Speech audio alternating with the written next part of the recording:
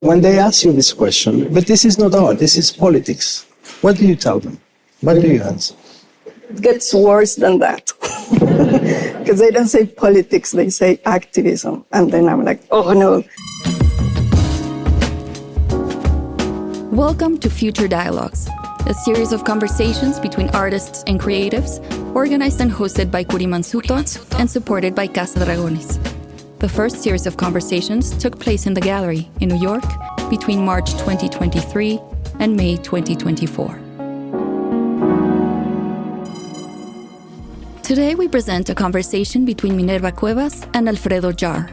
They spoke about social, political, and environmental crises from an art perspective. This talk inaugurated the Future Dialogue series. It was held on the occasion of Minerva's solo exhibition, titled In Gods We Trust, which opened in March 2023. Our guest, Alfredo Jaar, is a Chilean artist, architect, and filmmaker who lives and works in New York. His multidisciplinary artistic practice explores the unequal power relations and socio-political divisions that result from globalization. Minerva Cuevas is a Mexican artist whose work stems from analyzing the notions of value, exchange, and property inherent to the capitalist system and its social consequences, as well as the latent possibility for rebellion that exists within everyday life. Let's begin. Galleries in Chelsea have become very sophisticated and expensive vitrines that display very expensive goods. And all these goods, they only yell at us, buy me. And so it's very refreshing and poetic that a gallery wants to organize these conversations between artists. I think that we have to go back to the moment where we think that art tries to make sense of the world, of the context in which we live, and it's a starting point for conversation. And so I applaud this initiative from kurimanzutto. Finally, it's an honor to be invited by Minerva to share the stage with her. And so I thought that we would start inviting Minerva to tell us about the exhibition and in a few words so we can start talking about some of the works. Thank you. It's an honor for me that you're here. Indeed, we have many coincidences, and I think even without talking about them, people that has been experiencing our projects will be able to sense all these connections. I would like to introduce the first artwork at the back. I thought about it very much as a nice way to connect to many things, not only a reference to New York because of the name of Diego Rivera, but also to introduce the big mural that you have in front of you and the element of sculpture. This introduction works for me also as connecting to the pre-Hispanic cultural life that Diego Rivera portrayed in his mural painted for the Mexican National Palace. You can see it there in all its colors. But for this one, what I decided to do is to abstract the information, the shapes, the color into reliefs.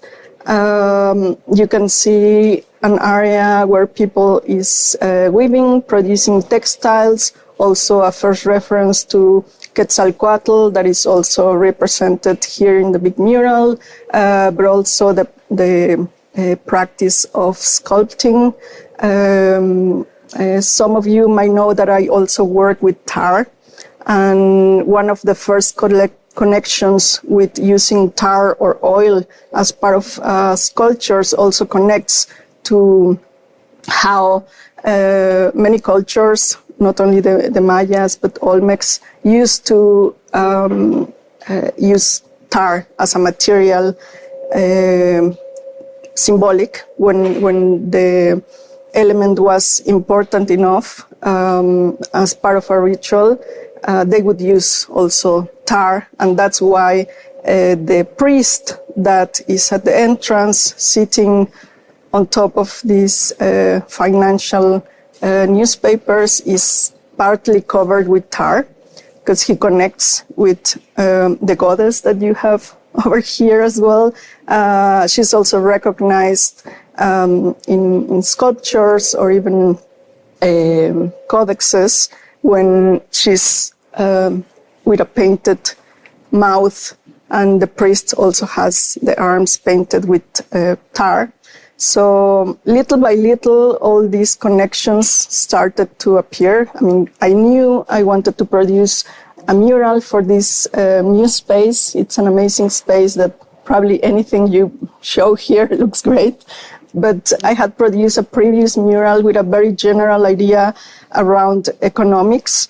I used logos of German banks mainly, but also the MasterCard logo as a eclipse, part of the connections. That one is called the Enterprise. And for the works here, because I also, like Alfredo, respond to the context where I'm exhibiting, I thought that here my main research was going to be about the stock exchange. I spent some time going around Wall Street, and yeah, I thought that was the final decision. But then trying to connect also Diego Rivera as part of the mural, we remember Diego's mural at the Rockefeller Center was censored, so a way also to connect to the Mexican muralism history. For the first time, I reflected on his presence here and that situation with his mural that was destroyed because of references to communism. Little by little, it started making sense to concentrate on him, the Rockefeller Center, then also what made the family so rich, which was the oil that at the end became the trust in connection to the banking. So, yeah, it was a little detour, but I think at the end it was a much more specific content. And, to talk about each little element, you have also the brochure talking about all these, but sometimes I feel a bit witchy because I do something and then the news start to relate to the elements I've been using, and now we have all this banking situation, the collapse of some big banking institutions. But yeah, the initial thoughts were very much that, not to concentrate on the history of the banking in New York.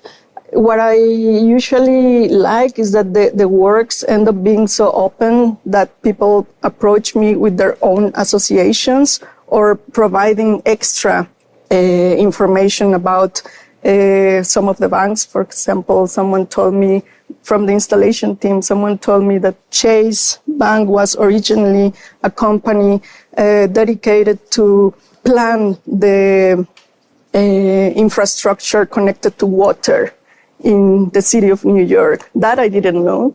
I usually don't need to intervene on the logos. It's basically, for me, an archaeology of the future, also going through historical elements, but also the gods that you see around. For example, Her Chalchitlicue has to do with water, lakes, and in general is also a reference that connects dual personalities, no? And that's what I like about the references to Mesoamerican gods or nature, which at the end is also used by brands, no? Like you see here the eagle or the bird opposing each other a little bit. And the water is also a logo from one of the oil companies. So I guess it's some kind of visual alchemy, or how can we call it? Mm-hmm. But yeah, of course, our work also connects not only through all these social and political references, but even how images are not neutral. And are not only linked to representation, but also very clear political statements. And, well, that's a good example, no? The advertisement that we have here from different moments of the oil industry, no? The First World War, but then what I experienced going through many magazines is that it went from the war, very much fueling the war, to the car culture in the 50s, to references to natural resources and ecology. But you have also worked with Life magazine, and you know how it's not necessary sometimes to do anything to this material, because the statement is there. No, just bringing here one historical element gives a lot to think about. Terrific. And do you have more of these, or this is the only set that you have? I have a large collection. This is only a few of them. But yeah, every new one is a new shock in terms of content. The invitation poster is probably the most shocking I found. I even had to look for it because I didn't believe that it was a real advertisement. I thought someone had manipulated it. And then I remember part of the collection that is more dedicated to the war industry. And I thought, no, this is totally possible. No, they'll compare themselves to the most powerful thing on earth, which is the natural phenomena and natural resources. So, Minerva, can you tell us something about the title, which I think is absolutely brilliant? Well, I was already in a very desperate moment because we were almost installing the show. I still didn't have a title. So I ended up going back to the initial idea of doing research on money and a more general concept of economy. And then I remember, okay, we have this slogan all the time present in the US currency, in God we trust. And then I started doing research on when that slogan appeared. And I found the news that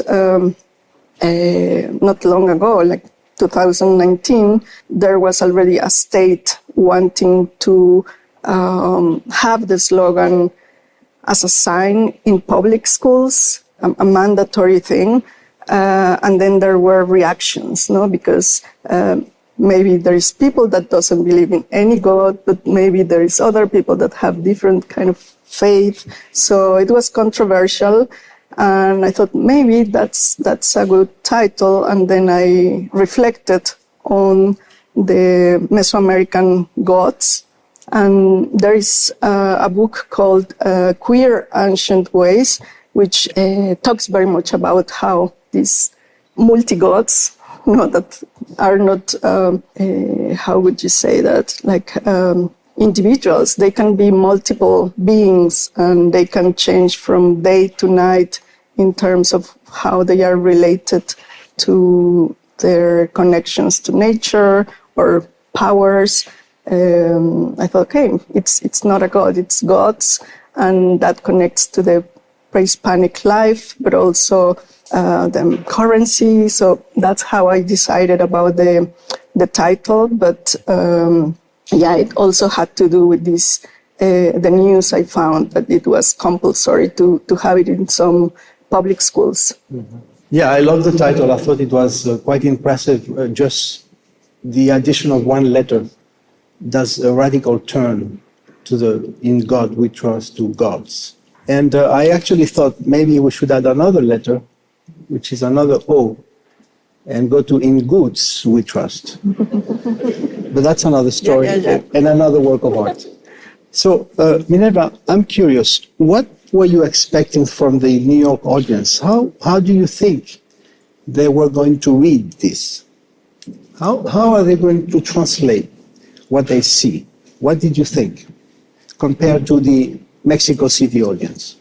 I thought that maybe I was daring too much in presenting this kind of, especially the advertising I've been collecting. But whenever I have visitors in my studio in Mexico City and I show this to American visitors, they are surprised. And I thought, well, they should be familiar with this material. But no, I mean, it's of course historical, but somehow nowadays the visual input we have, either through internet or the speed of images, it's very different than when only existed the printed materials. So yeah, I wasn't sure about including these advertisements just as the single advertisement without any intervention. But then I realized this is enough. No, if a reminder or just bringing them into the public light is enough in my studio space, it might be enough in the gallery space. So apart from that, I didn't know because I'm not familiar with the gallery circuit in New York or in any city. I tend to isolate very much in my studio in Mexico City, and I'm much more connected to other cultural situations or social situations, and I get busy with that. So yeah, I didn't know what to expect, but that was one first hint, no, how to present the collection or not as it is. When I saw the work, the advertisement, I immediately thought about the Ukraine war. And I thought about the so-called military, industrial military complex. And I thought about the words of Roosevelt, which was his farewell to politics. And I'm going to read just 5 lines from that farewell, where he introduces this concept of the industrial military complex, because it's quite hallucinating. So he says, this conjunction of an immense military establishment and a large arms industry is new in the American experience. Yet we must not fail to comprehend its grave implications. In the councils of government, we must guard against the acquisition of unwarranted influence, whether sought or unsought, by the military-industrial complex. The potential for the disastrous rise of misplaced power exists and will persist. So I immediately thought about this complex and the role it's playing in the war on Ukraine. Basically, it's defense industries that are winning this war, no one else. And it was telling to me that this complex was born right after the Second World War. The advertising, if I'm not mistaken, are from 1945. And so it's shocking how it started then. We had a warning from a former president about the power of that complex. And we are in a system where senators own stocks in the defense industries. And so when they approve 10 more billions to send to Ukraine, those billions come back and they buy arms from the defense industry, and the stock rises. And they're also, more than 50 of them, they're in the pocket of the defense industry. Actually, they receive hundreds of thousands of dollars yearly. And so this is the same people that is voting for more money for Ukraine. Were you thinking about these things when you decide to bring this? Well, there are constants in my work. Oil is one, and also one of the main industries, or the main industry getting profits from war, is the fossil fuels, no, apart from the weapons industry. And that very much connects, of course, with ecology. We tend to forget that the military is the most polluting industry in the world. No, so in so many levels, it's wrong. No, these military interventions, and it's not about a nationalist agenda. It's a corporate agenda, as far as I've perceived. No, from working with oil. Yes, the references to the use in pre-Hispanic sculpture, but complete cities in Mexico are now dedicated to the oil industry after they were first dedicated to agriculture. Nowadays they cannot sell anything that is connected to agriculture because of this industry is there, and it's not a national industry. It's already the international main actors that we are familiar with under different names and shapes and colors and logos. I would love to hear something about those pieces along that wall, where you have these barrels with these logos and those figures. Those are also part of my collecting problem, because when I first saw this kind of man cave souvenir, I thought they were perfect as an archaeological object. For me, the history of banking and logos, and also their different brands, are part of some kind of contemporary or even archaeology of the future. So that was also connected to how I've seen in public space these trash cans in playgrounds. Very often they have these animal heads, and children are meant to put trash through the animal mouth. And I just couldn't really connect how that was a positive thing. But anyway, for a previous show at the Museum Jumex, I started playing with also this, even paleontology, because I presented a huge mammoth, all created with newspapers, but also the ones connected to economics. So the people was able to touch and complete the artwork, this huge mammoth, because of a recent discovery in Mexico City. Now it's Mammoth Central because of the new airport they wanted to build.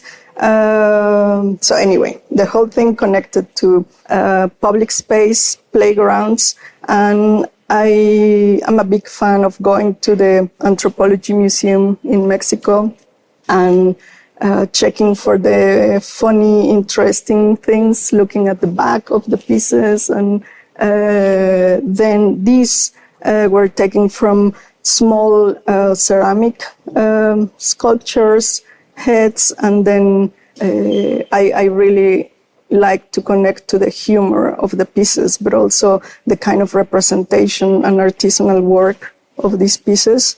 But at the end, it's part also of an archaeology. In the case of the exhibition in Jumex, I decided to add a head that was connected to a Disney Pixar character, just to give it a push into the future and imagine how that would look from the future. If someone finds this, like a Martian head, and it was just playful.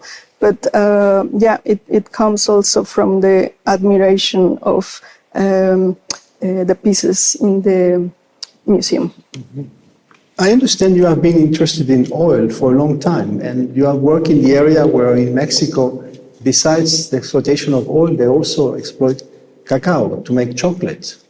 And so what is this interest in oil? Where is it coming from? And what do you think about this? Well, I first started to learn about oil because of the area in Yucatan, where this meteorite fell and left a mark, very much like a crater.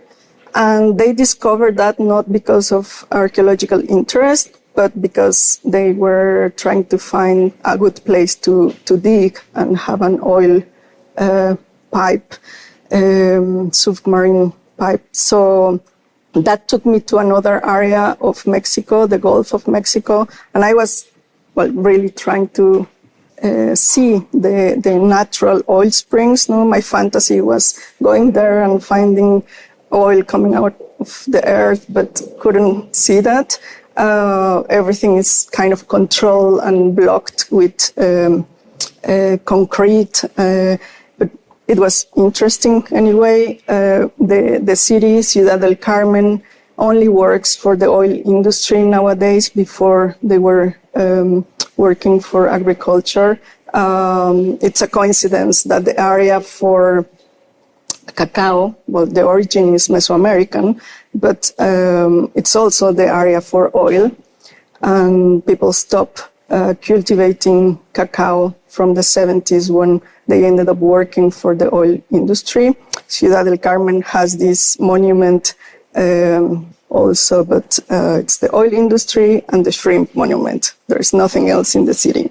So going to the market, I had access to photographs taken by the oil platform workers, because that was the only way you could see or experience a little bit of their life, you know.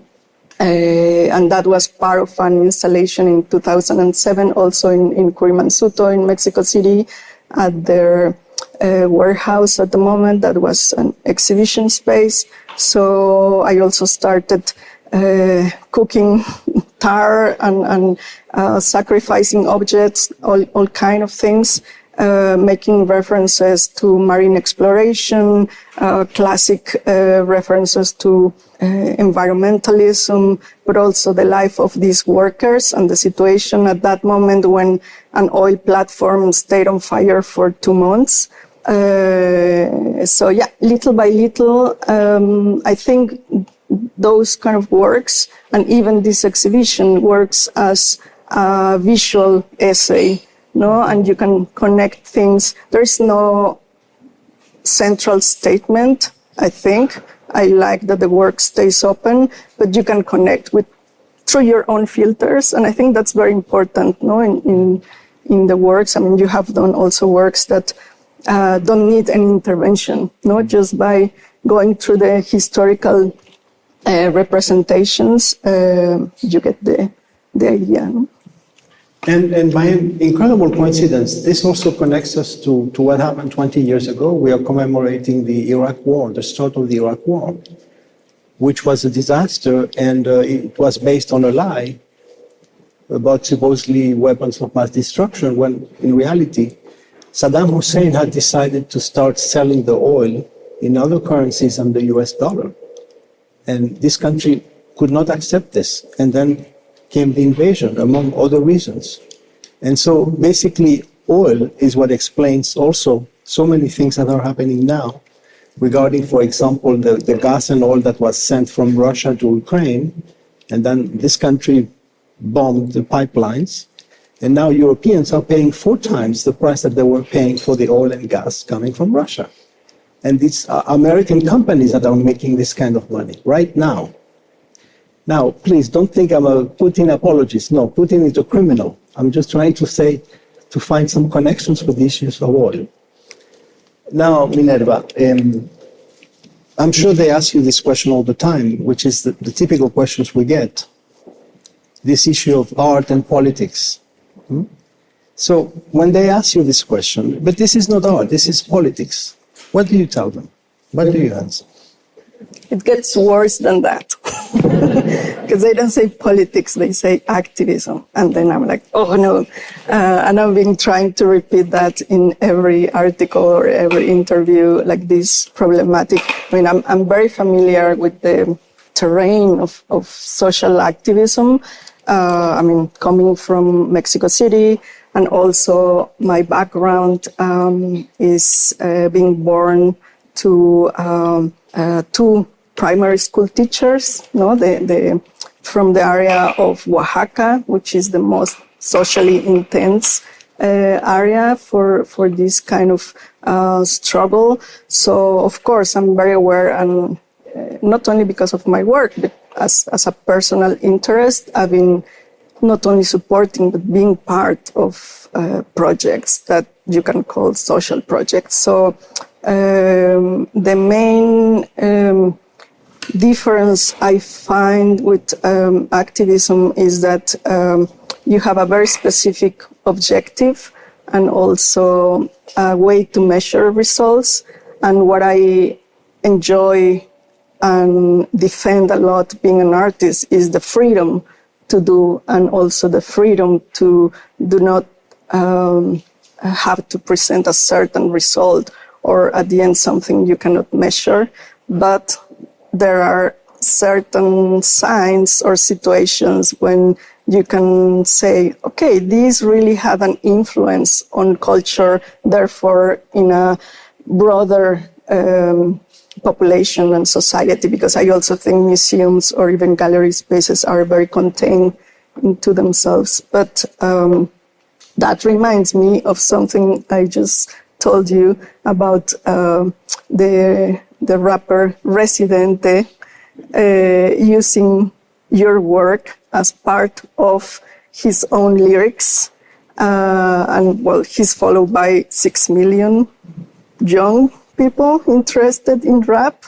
For me, that's the real political influence, no? And for me, that would be like a sign to prove how art or a social aesthetic practice at the end has this cultural influence, no? And it's impossible to predict, impossible to measure. So yeah, when I get that question is usually in relation to a more contemporary perception of the people engaged in social actions, but also activism, for example, is a very new term. No, it only started in the 60s. Before it was syndicalism and many other things that were a little bit more concrete.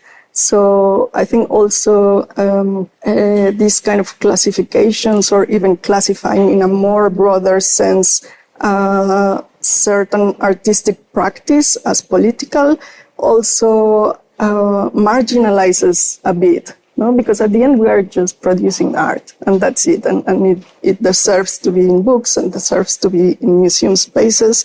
And at the end it's reflecting a contemporary society. So there is, in my perception, there is no need for these kind of classifications.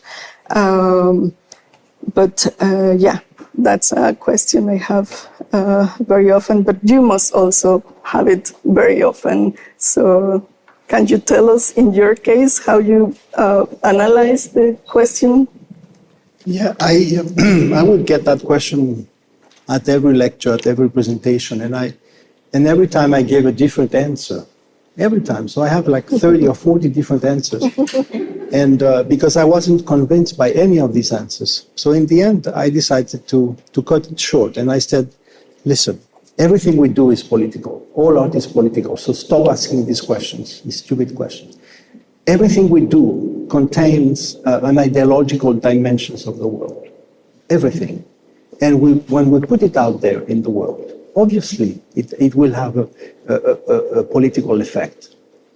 And then with this answer, I've convinced a lot of people, but not everybody. So then I do a second thing, which is a quote from Jean-Luc Godard, who is someone I deeply admire. Godard wrote that it might be true that we have to choose between ethics or aesthetics, but it is also true that whichever one we choose, we'll always find the other one at the end of the road. So that's it. That's it. You take an aesthetic decision, in the end, it's a political decision.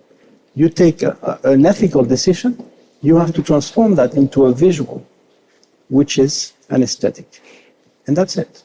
So no more questions. I wanted to ask you if there was a specific moment when you realized that images were not neutral, that they are not innocent, that even without manipulating them, there is already a moment when it was created. The photograph was not taken, it was created. No? Was there any specific moment? Because I also know that you have an artwork that is the covers of Life magazine through the years. But tell us yourself more about it. Oh, thank you.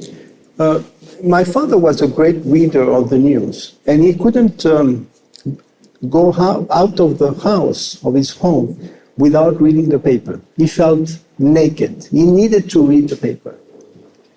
And so through him, we learned how to read the paper and to read in between the lines. And not only he was teaching us to read the paper, but at lunch and at dinner, we would discuss the events that he was reading. And so he forced us to understand this media landscape that surrounds us, that feeds us in a very unconscious way. So it started with him. And then I discovered what I call the politics of images, where I say definitely that images are not innocent. Every image, again, contains this ideological dimension that is feeding us. And the tragedy of this, that at school, we do not teach kids how to see images, how to translate images. So they are being influenced by a bombardment of images that tell them to consume, and they don't have tools to resist this bombardment. And it's a problem in our societies, this lack of a curriculum around the politics of images. So we teach them to read, to write, but we don't teach them to see. And so it's a problem that have always fascinated me, and some of my work deals with this issue, what I call the politics of images.